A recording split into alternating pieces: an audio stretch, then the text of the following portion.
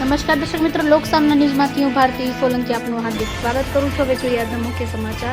પ્રશિક્ષણ વર્ગ એટલે કાર્યકર્તાઓનું ઘડતર અને મજબૂત સંગઠનનો સંકલ્પ. ગુજરાત પ્રદેશ ભાજપના માર્ગદર્શન હેઠળ અમરેલી જિલ્લા ભાજપ દ્વારા ધારી વિધાનસભાના લાયન્સ ડેન રિસોર્ટ તરસિંગડા શક્તિ કેન્દ્ર સંયોજક પ્રશિક્ષણ વર્ગ યોજાયેલ.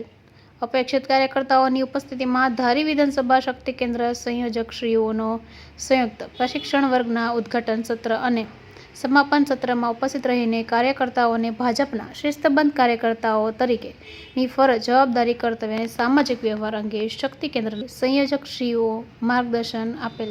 આ અભ્યાસ વર્ગના વાલી તરીકે ભાવનગર ડેરીના ચેરમેન શ્રી મહેન્દ્રભાઈ પનોત તેમજ જિલ્લા ભાજપ પ્રમુખ અતુલભાઈ કાનાણી તેમજ ધારી વિધાનસભા ધારાસભ્ય શ્રી જેવી કાગડિયા સાહેબ તેમજ મહામંત્રી મેહુલભાઈ ધોરાજીયા તેમજ અમરેલી જિલ્લા પંચાયત સદસ્યશ્રીઓ ઉપસ્થિત રહેલ.